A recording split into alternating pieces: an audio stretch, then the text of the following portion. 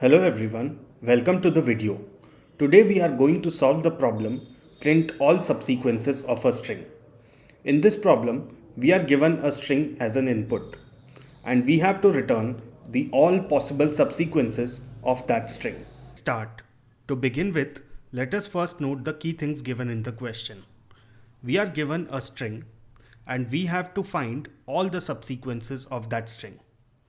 So if we consider our example as ABC, these will be the subsequences of this string.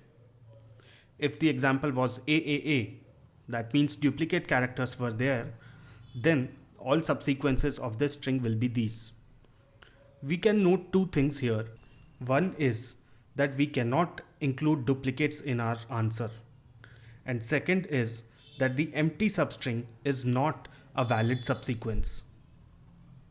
So if we consider our solution as a black box, we are getting a string S as an input and we will return a set of string as output. Set because we don't want any duplicates. So what will our function signature look like? Our function signature will look something like this. Before even trying to attempt the problem, let us first try to understand what is a subsequence. From the list of the subsequences given in the example, what can we infer? First thing is that all of these are just sequence of characters, some characters from the given string. Then we can see that this sequence is in the order. For example, the CA is not a part of this list, but AC is. Third thing is that the characters are not necessarily contiguous. For example, AC is a valid subsequence. Now we have defined what is a subsequence. Our aim is to find all subsequences of a string. But before we can find all, let's think about how can we generate even one subsequence of a string. We can simply iterate over the string, and in every iteration, what will we have? We will have a character. And for that character, we have a choice to either pick it or not pick it. Now, if I iterate in this manner and at every stage I exercise this choice whether I pick the character or not, then I will have a subsequence. For example, if I iterate over this, in the first case I don't pick, in the second case I pick, in the third case also I pick, then what will be the subsequence? BC. So I have generated a subsequence by exercising a sequence of choices at every choice stage. What do we mean by the choice stage here? Choice stage is basically every iteration on the string. With every iteration, I am presented with a set of choices, whether to pick the current character or not pick the current character. Now, by exercising some sequence of choices, I could generate one subsequence. But my aim is to generate all subsequences of a string. So how can I generate all subsequences? If at every choice stage I can exercise every choice one by one, then I will be able to generate all subsequences of this string. Now this is a problem of backtracking. Before moving forward, let us try to understand how will we identify that this particular problem or any particular problem can be solved by backtracking. Whenever our solution approach or our thinking approach satisfies these three conditions, most likely we'll have to use backtracking. First condition is that we will see that there are many candidate solutions. For example, if there are permutations of a string or subsequences in a string or subsets of a set, all of these have many candidate solutions. Every permutation, every subsequence, every subset is a candidate solution. And our final answer will have either one of them, some of them, or all of them. The second condition is that every such single solution will be built by a sequence of choices that we exercise. For example, if we are building a subsequence, then we are choosing one by one whether to include this character in the subsequence or not. The final condition is that there will be a concept of choice stage. That means when we are going through the solution, we will be moving from one stage to another. And at every stage, we will be choosing one option from the available choices at that stage. Let us now verify these three conditions with our problem. Many candidate solutions. Do we have many candidate solutions? Yes. Every subsequence is a candidate solution. And in our case, all the subsequences will become part of a solution set. Then, every single subsequence is built by a sequence of choices. We choose with whether we have to pick this character or not across the whole string. So yes, second condition is also satisfied. Then third condition, the concept of choice stage. Yes, we have the choice stage concept. Every iteration is an opportunity to make a choice that whether the character at this position should be included or not. And when we make this choice, we move to the next stage where we have to make the same choice for the next character. So our problem satisfies all three conditions of backtracking and should be solved by backtracking. Now, how to solve any problem using backtracking? There is a very standard way of writing the algorithm for a backtracking problem. Before solving any backtracking problem, we should identify these 4-5 things from our problem and be very clear on it. First is solution set. Solution set is usually our answer that we will return finally. It will be empty to begin with. And how will this solution set be made? It will be made up of some of the candidate solutions. We will reach a candidate solution, then we will evaluate whether it is eligible to be part of solution set or not. If it is, then it will become part of solution set. So we need to be clear on how will we represent the candidate solution.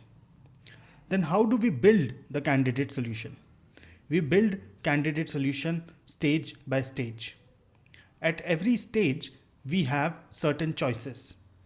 We make or choose one of the choices, and that way we move one step further in building the candidate solution. And all of this is done on the original input. So let's see and build the backtracking algorithm using these 5 things. Here we have written the very core of the backtracking algorithm. At the heart of backtracking algorithm, we'll have a method call that takes input as the solution set, the candidate solution, the choice stage, and the original input. Now, what does each call to this method represent? This means we are at a certain choice stage. Now, this means that for all the past choice stages, we have already made our choices. And since we have already made our choices, these are contributing to a candidate solution being built. But this is only partial yet, because we have made only these choices and we are yet to make all these choices. So when we have called this method, we have a partial candidate solution and we are at this choice stage. So what do we have to do in this method call? At this choice stage, we will again have certain choices.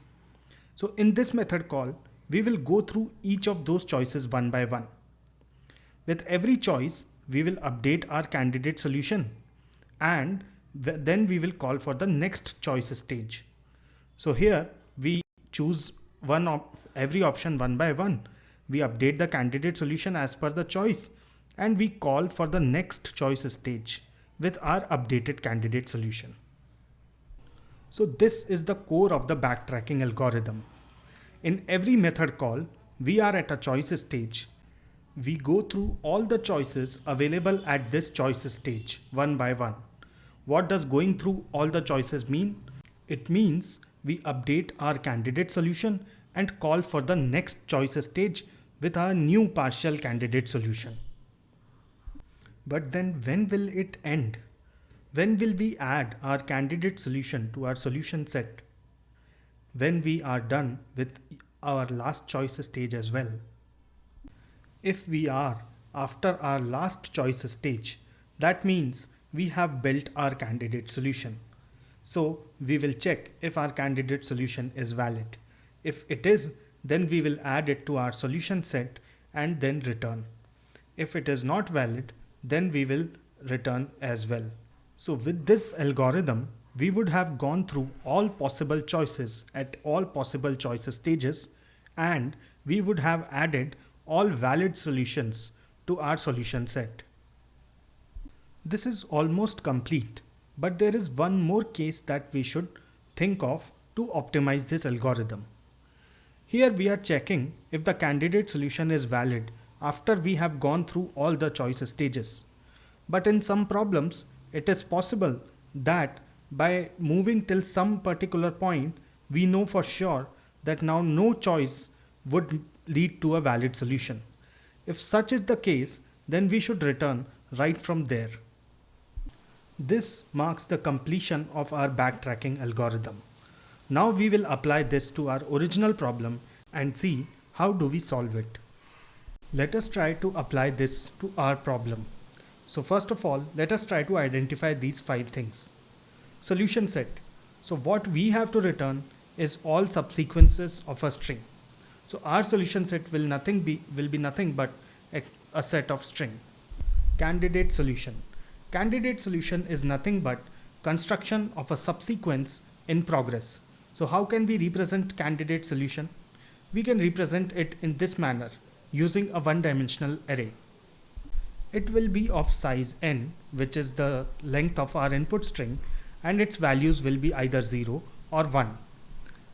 Every position of this array will correspond to the position in the string, and the value at this position will represent whether we have picked the character if its value is 1, or whether we have not picked the character, then its value will be 0.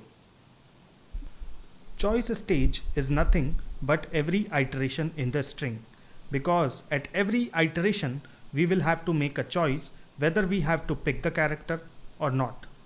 So choice is basically pick or not pick.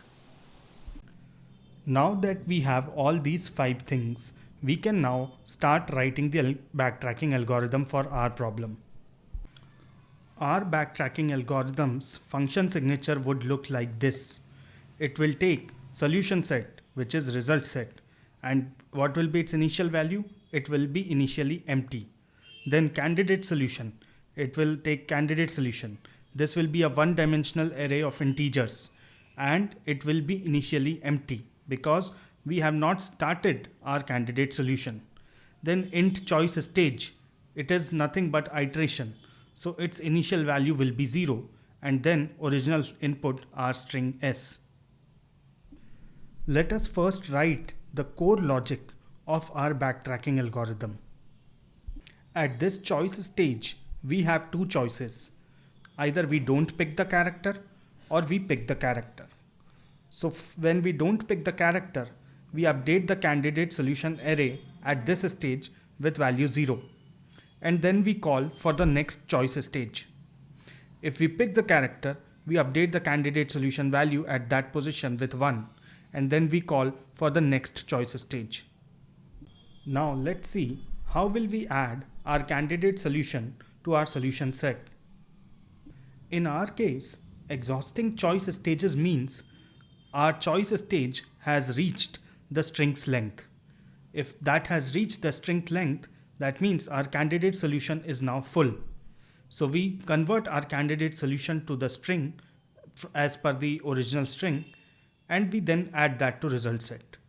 We take care of that minor constraint that this string should not be empty before adding to the result set.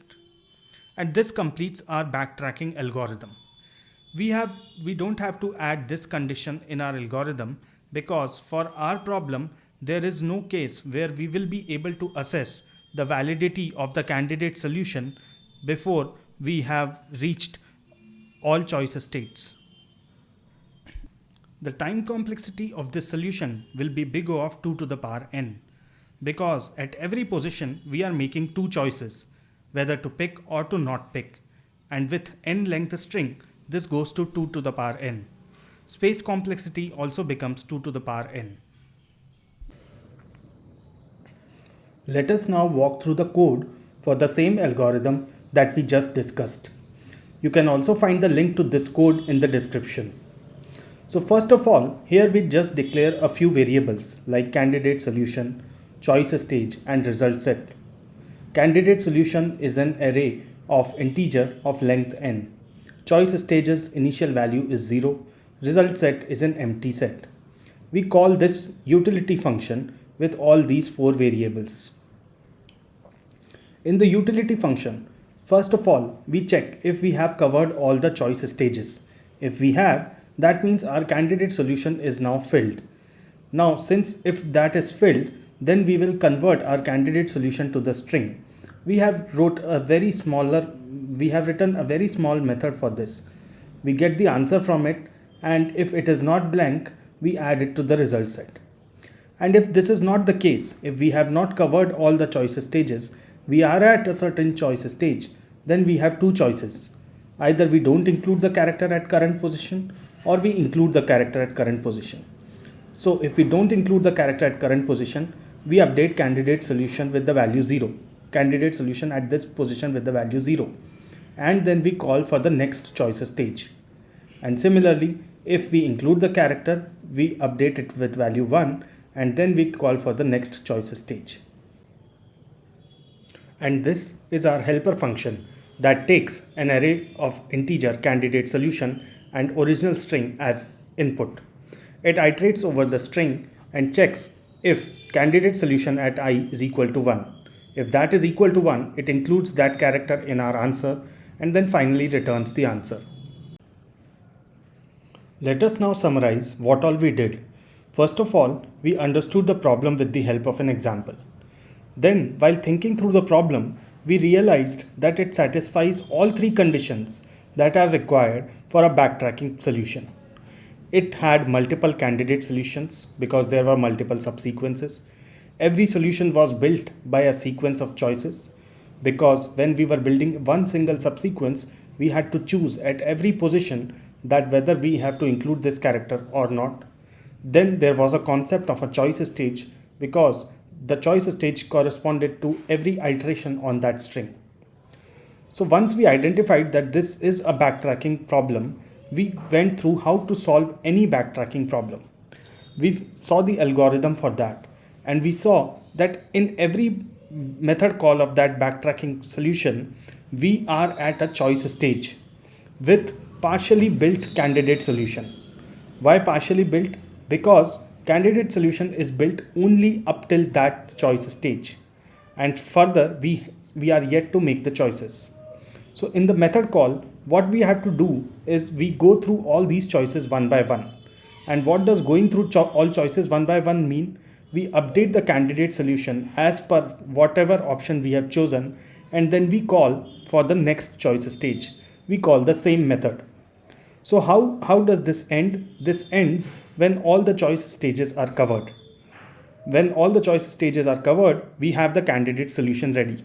So we check if it is a valid one. If it is, then we add it to the solution set. We applied this to our problem and we saw and went through the algorithm. We also did a code walkthrough for it and also saw that what is the time complexity for this and space complexity for this. This is it for this video.